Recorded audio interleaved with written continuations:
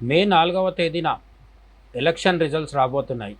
ఈలోపు exit polls హడావిడి కూడా అయిపోయింది. అయితే 5 రాష్ట్రాల ఫలితాలు వచ్చే క్లైమాక్స్ వేళ ఒక చిన్న కొసమెరుపు కూడా ఉంది. చెన్నై పాలిటిక్స్తో ముడిపడ్డ ఆ కోలీవుడ్ గ్లామరస్ ట్విస్ట్ ఏంటో క్లైమాక్స్లో చూద్దాం. అంతకంటే ముందు టోటల్ 12 పాయింట్స్లో 5 రాష్ట్రాల ఎన్నికలు, వాటి ఫలితాలు, అలాగే వాటి ప్రభావాలు విశ్లేషించుకుందాం.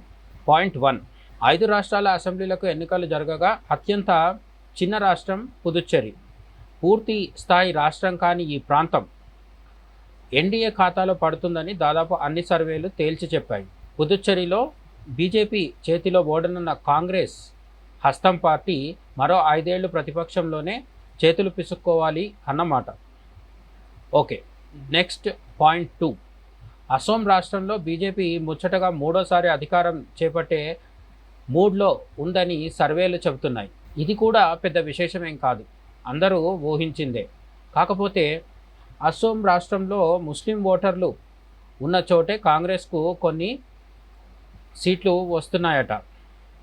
బంగ్లాదేశ్తో లింకులు ఉన్న ఓటర్లు ఎక్కడైతే ఎక్కువగా ఉన్నారో అక్కడ కాంగ్రెస్కు బలంగా ఓట్లు పడుతున్నాయంటే హిందూ ఓటర్లని కాంగ్రెస్ వదిలేసిందని, కాంగ్రెస్ని కూడా హిందూ ఓటర్లు వదిలేశారని ఈ ఎన్నికల ద్వారా నిరూపితం అవబోతోందని చాలామంది విశ్లేషకులు అంటున్నారు. సరే, పాయింట్ 3, కేరళలో కాంగ్రెస్ కూటమి వస్తుందంటున్నారు. అలాగని లెఫ్ట్ కూటమి అస్సలు రాదని కూడా ఎగ్జిట్ పోల్స్ చెప్పటం లేదు. మెజారిటీ సర్వేలు కాంగ్రెస్కు 1% ఛాన్సెస్ ఉన్నట్టు, 1% మాత్రమే అధికంగా ఛాన్సెస్ ఉన్నట్టు చెబుతున్నాయి. అంటే జస్ట్ 1% మాత్రమే చేయి గుర్తుకి కంకి కొడవలికి మధ్య గ్యాప్ అన్నమాట. మే 4వ తేదీన ఏదైనా జరగవచ్చు. బోలెడంతా ప్రజా వ్యతిరేకత ఉన్న పినరయి విజయన్ ప్రభుత్వం మళ్ళీ అధికారంలోకి వచ్చి ప్రమాణ స్వీకారం చేసే అవకాశం కూడా లేకపోలేదు. దాన్ని చూసి మనం ఏం ఆశ్చర్యపోవాల్సిన పని లేదు.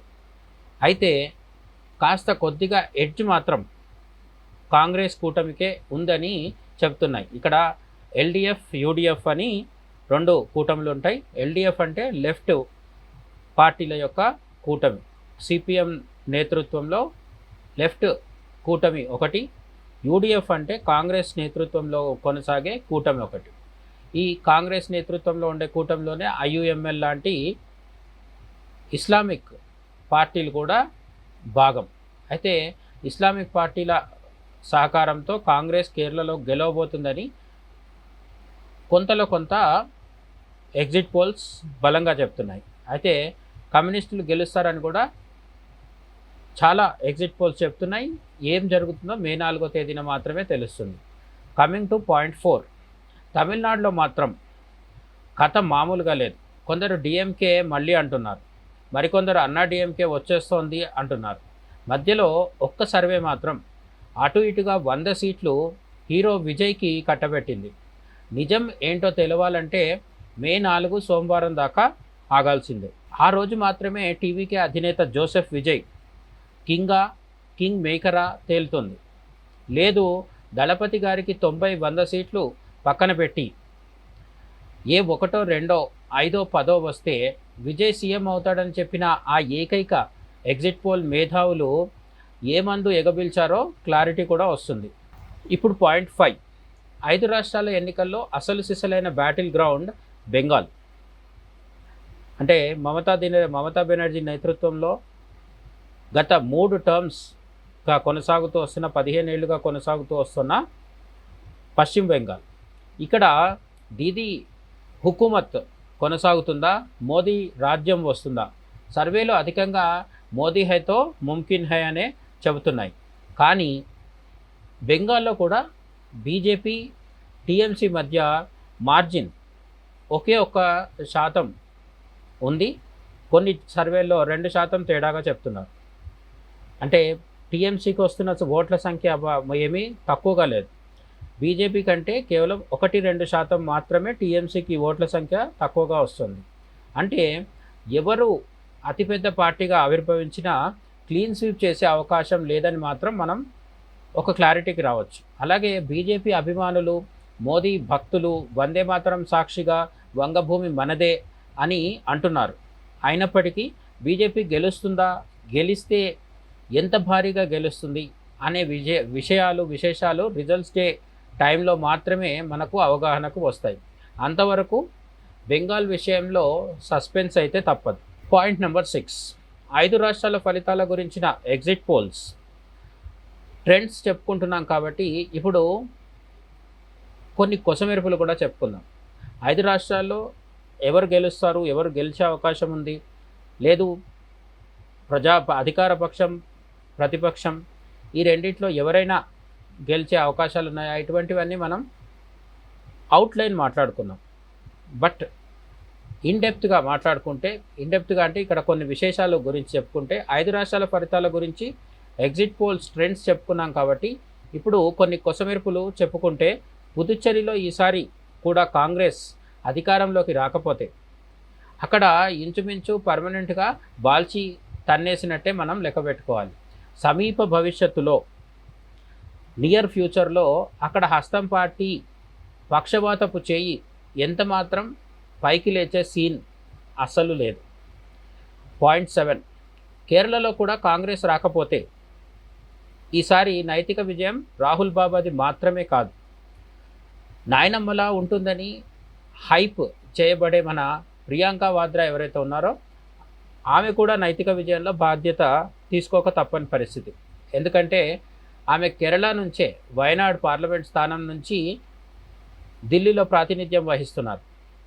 తాను ఎంపీగా ఉన్న రాష్ట్రంలో కూడా పార్టీని గెలిపించుకోలేకపోతే కాంగ్రెస్ పార్టీ ఫస్ట్ ఫ్యామిలీ నెపోకిడ్ అంతకంటే పరాభవాన్ని ఇంకా ఏం చవి చూడాల్సి వస్తుంది.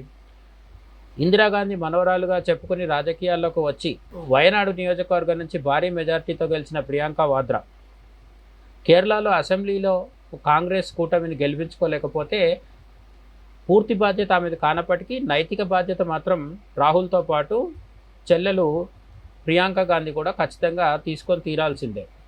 రాగాకి అంటే ఇటువంటి చిన్న చితక అసెంబ్లీ ఓటములు గత కొన్ని సంవత్సరాలుగా అలవాటు అయిపోయాయి.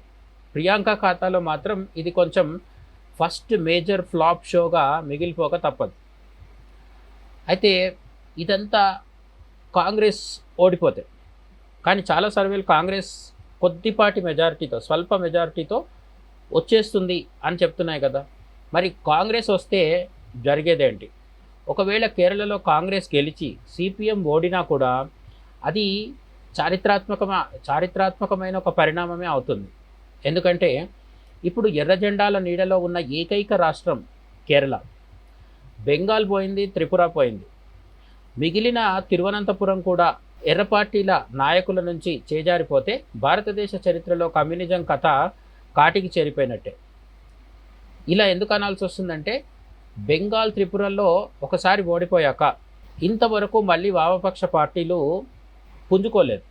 పక్షవాతం వచ్చి మంచాన పడ్డట్టుగా త్రిపురలో ప్రతిపక్షం, బెంగాల్లో అయితే 0 సీట్లకు వచ్చేసింది కమ్యూనిస్టుల పరిస్థితి.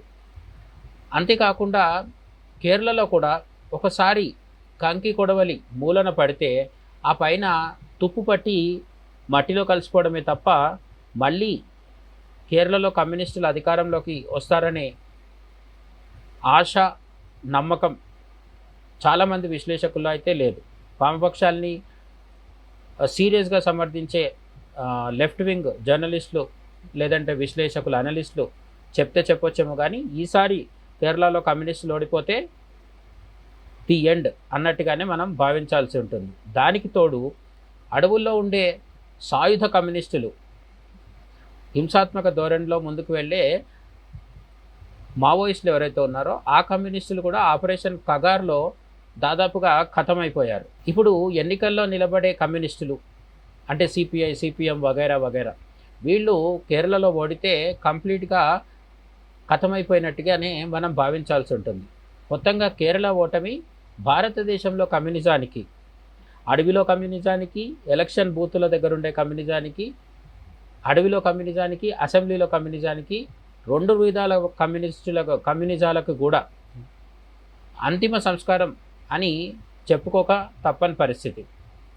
అయితే కేరళలో కాంగ్రెస్ గెలుస్తుందా, కమ్యూనిస్టులు గెలుస్తారా? ఈ సంగతి మనం మే 4వ తేదీన తెలుసుకుందాం. కానీ ఆలోపు పాయింట్ 9, కేరళలో కాంగ్రెస్ సిపిఎం ఎవరు గెలిచినా ఈసారి బీజేపీ ఓట్లు సీట్లు పెంచుకుంటే, ఎందుకంటే గత కొన్ని అసెంబ్లీ ఎన్నికలు, పార్లమెంట్ ఎన్నికలు చూసినప్పుడు క్రమంగా బీజేపీ ఓట్ల శాతం చాలా మెల్లగా నెమ్మదిగా అయినప్పటికీ ఒక్కొక్క శాతం ఓట్ల శాతం సీట్ల సంఖ్య పెరిగినప్పటికీ ఓట్ల శాతం పెంచుకుంటూ వస్తుంది బీజేపీ. అది ఈసారి కూడా కంటిన్యూ అయితే అది కాంగ్రెస్కి, కమ్యూనిస్టులకి, ఎల్డీఎఫ్కి, యూడీఎఫ్కి ఇద్దరికి కూడా ప్రమాదకరమైన పరిణామం అని చాలామంది చెబుతున్నారు. ఎందుకంటే కాంగ్రెస్, కమ్యూనిస్టులు ఇద్దరు కేరళలో ముస్లిం ఓటర్లకు దాసోహం అంటూ తమ రాజకీయం కొనసాగిస్తూ ఉంటారు. అందుకే కేరళ హిందువులు సిపిఎం నుంచి బీజేపీ వైపు వస్తున్నారు. కేరళ క్రిస్టియన్లు కూడా కాంగ్రెస్ నుంచి బీజేపీ వైపు కదులుతున్నారని ఒక టాక్ అయితే ఉంది. అంతేకాకుండా రాబోయే వన్ నేషన్ వన్ ఎలక్షన్లో చరిత్రలో మొదటిసారి కేరళ అసెంబ్లీపై కాషాయ ధ్వజం మనం చూడవచ్చు. ఇది ఇప్పుడు చెప్పుకుంటే చాలామందికి విడ్డూరంగా, లేదంటే బీజేపీ పార్టీ మీద విపరీతమైన అభిమానంతో చెప్తున్నట్టుగా, ఇంకా చెప్పుకోవాలంటే బత్తాయితనంగా కూడా కనిపించవచ్చు. ఎవరు ఏమనుకున్నప్పటికీ కూడా కేరళలో బీజేపీ అధికారంలోకి వచ్చే రోజులు క్రమక్రమంగా దగ్గరకు వస్తున్నాయి. కానీ ఈసారి అసెంబ్లీలో మాత్రం కమ్యూనిస్టుల స్థానాన్ని కాంగ్రెస్ భర్తీ చేయబోతోంది. ఒకసారి కమ్యూనిస్టులు కానీ అధికారానికి దూరమై శాశ్వతంగా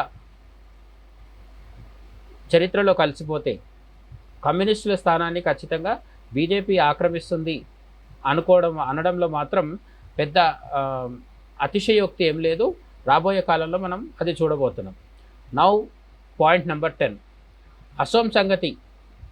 అసోం రాష్ట్ర సంగతికి వస్తే హిమంత బిశ్వ శర్మ మళ్ళీ గెలుస్తున్నాడు. ఎగ్జిట్ పోల్స్లో కూడా అసోం గురించిన పెద్ద ఆశ్చర్యకరమైన ట్రెండ్స్ ఏమి కనిపించలేదు. మొదటి నుంచి బీజేపీ గెలుస్తుంది, హిమంత బిశ్వ శర్మ మళ్ళీ సీఎం అవుతాడు ముచ్చటగా మూడోసారి అని అందరూ భావిస్తున్నారు. ఎగ్జిట్ పోల్స్ కూడా అదే చెప్పడం జరిగింది.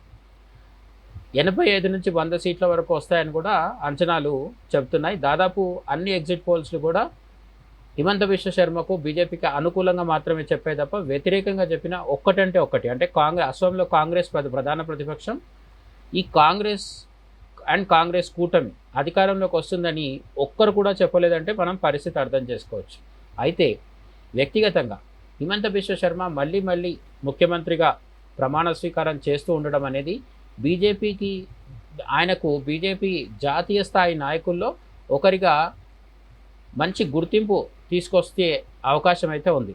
ఇంతకాలం ఆయన అసోంకి పరిమితమైనప్పటికీ ఇప్పుడు మరొకసారి విజయం సాధించడం ద్వారా ఆయన బీజేపీ జాతీయ నాయకుల్లో ఒకరిగా కూడా గుర్తింపు ముందు కాలంలో పొందే అవకాశం ఉంది.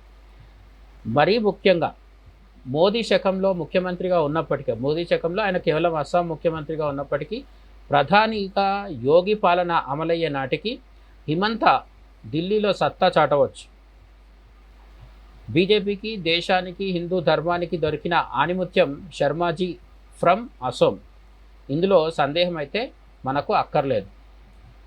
పాయింట్ నెంబర్ 11, బెంగాల్లో బీజేపీ అధికారంలోకి వస్తే అది చారిత్రాత్మక మైలురాయి అవుతుంది.